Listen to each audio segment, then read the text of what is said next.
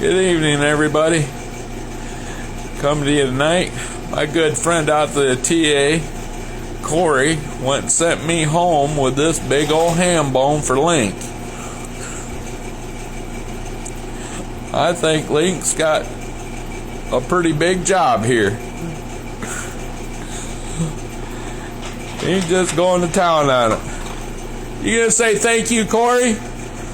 There you go. I think that's about the best you're gonna get, Corey. Let him go.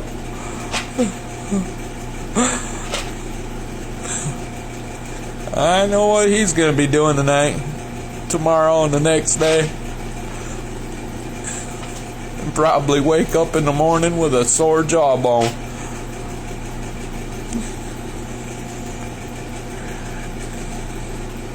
Well, you all be safe out there. Have a good evening. I'm going to sit here and watch Link for a bit. We'll see you all around. Thank you very much.